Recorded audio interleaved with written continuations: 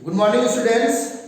Last class में हम लोगों ने भारत की नदियों के बारे में देखा था और आगे आज भी हम लोग देखेंगे भारत की प्रमुख नदियां और कौन कौन सी है। तो आइए आज हम अपना सेशन स्टार्ट करते हैं। तो आज का है गंडक नदी। आज हम पढ़ेंगे गंडक नदी। यह नदी महान हिमालय से निकलकर नेपाल होते हुए बिहार के चंपारण में प्रवेश करती है। जो गंडक नदी है वो महान हिमालय, सबसे ऊपरी हिमालय, महान या बृहत हिमालय से निकलकर नेपाल होते हुए हमारे बिहार में चंपारण जिले में प्रवेश करती है। और इस नदी के परिवहन मार्ग में तीव्र परिवर्तन और अवसाद से अत्यधिक निक्षेपण से यहाँ बाढ़ की आशंका बनी रहती है। जो गंडक नदी के द्वारा जो अवसाद जमा किए जाते हैं और तीव्र उसके लहर में तीव्र परिवर्तन होता है, अचानक से कहीं परिवर्तन हो जाता है, अवसाद भारी मात्रा में लेकर आती है और अत्यधिक मात्रा में निक्षेप जमा कर लेती है। और इसी निक्षेप के कारण यहाँ पर बिहार में चंपारण में बाढ़ की आशंका हमेशा बनी रहती है। नेक्स्ट है कोसी नदी। यह नदी महान हिमालय के गोसाईथान से निकलकर नेपाल होते हुए बिहार के सुपौल जिला में प्रवेश करती है। जो कोसी नदी है वह महान हिमालय से निकलती है गोसाईथान पर्वत से और हमारे नेपाल से होते हुए हमारे बिहार में सुपौल जिले में प्रवेश करती है। और कोसी नदी की लंबाई लगभग 230 किलोमीटर है। और कोसी नदी की सहायक नदियां हैं मिलाची, घोटिया, सप्तकोसी, तांबा इत्यादि है। जो कोसी नदी है इसको बिहार में शोक नदी के नाम से भी जाना जाता है। रीजन क्या है कि कोसी नदी के द्वारा भारी मात्रा में बिहार में बाढ़ के द्वारा क्षति होती रहती है और बाढ़ की क्षति के कारण ही हम कोसी नदी को बिहार में शोक नदी के नाम से जाना जाता है या शोक नदी के नाम से हम लोग पुकारते हैं। तो आइए देखते हैं हमारे आगे कौन सी नदियां हैं भारत की। आइए नेक्स्ट देखते हैं हम लोग नर्मदा नदी। आइए समझते हैं नर्मदा नदी के बारे में। यह नदी मध्य प्रदेश में अमरकंटक के निकट मैकाल की पहाड़ी से निकलती है और नर्मदा नदी की टोटल लंबाई 1312 किलोमीटर है। तो इसका उद्गम स्थान कहाँ है? अमरकंटक के निकट मैकाल की पहाड़ी से। और यह अमरकंटक कहाँ स्थित है? मध्य प्रदेश में। और नर्मदा नदी की कुल लंबाई है 1312 किलोमीटर। नेक्स्ट है हमारा तापी नदी। यह नदी मध्य प्रदेश के बैतूल जिला में स्थित सतपुड़ा की पहाड़ी से निकलती है। यह नदी मध्य प्रदेश, गुजरात और महाराष्ट्र में बहती है। तो तापी नदी की उद्गम स्थान है मध्य प्रदेश में स्थित बैतूल जिला में सतपुड़ा की पहाड़ी और यह नदी बहती है मध्य प्रदेश, गुजरात और महाराष्ट्र में। और नर्मदा नदी का उद्गम स्थान है मध्य प्रदेश में अमरकंटक के निकट मैकाल की पहाड़ी और इसकी लंबाई है टोटल 1312 किलोमीटर। आइए देखते हैं हम लोग नेक्स्ट नदी के बारे में। चलिए नेक्स्ट देखते हैं हम लोग महानदी और कृष्णा नदी के बारे में। तो देखिए महानदी क्या है।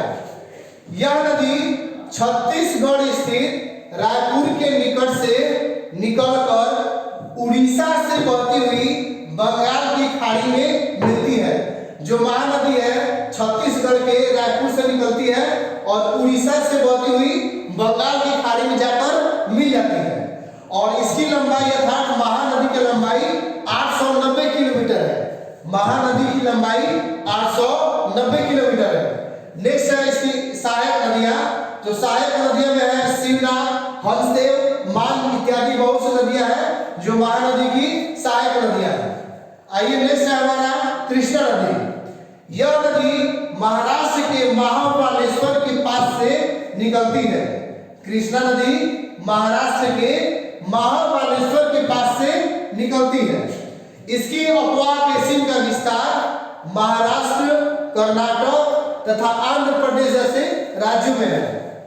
कृष्णा नदी का विस्तार, अपवाह द्रोणी बेसिन का विस्तार, कृष्णा नदी के द्वारा बनी अपवाह बेसिन का विस्तार अर्थात अपवाह द्रोणी का विस्तार महाराष्ट्र, कर्नाटक और आंध्र प्रदेश जैसे राज्यों में है।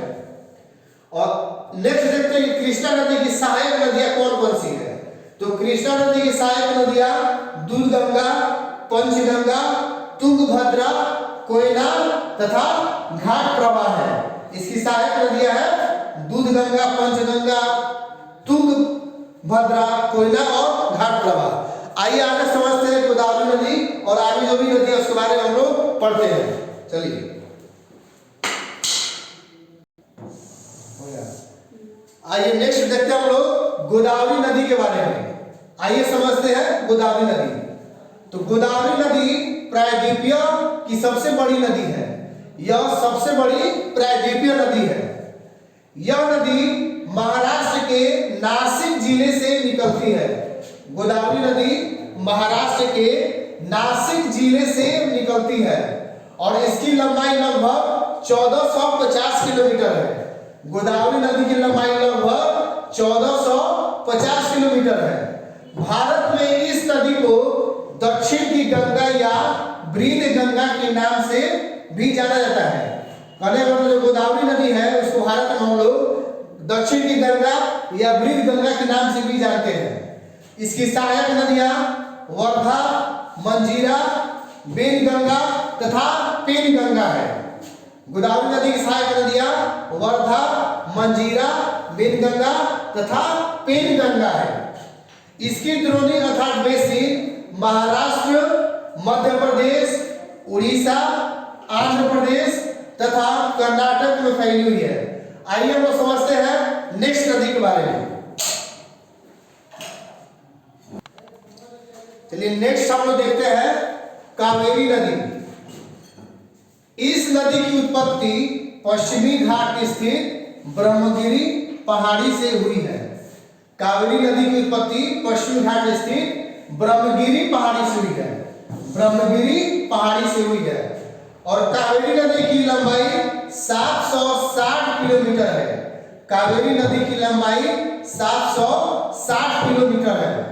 इस नदी का अपवाह बेसिन तमिलनाडु, केरल एवं कर्नाटक राज्यों में फैला हुआ है। कावेरी नदी का अपवाह बेसिन अर्थात अपवाह द्रोणी तमिलनाडु, केरल एवं कर्नाटक राज्यों में फैला हुआ है। प्रमुख सहायक नदियां, कावेरी नदियों की प्रमुख सहायक नदियां कौन कौन सी है ये देखते हैं। अमरावती, भवानी, हेमावती, लक्ष्मण तीर्थ इत्यादि नदियां कावेरी नदियां की सहायक नदियां हैं।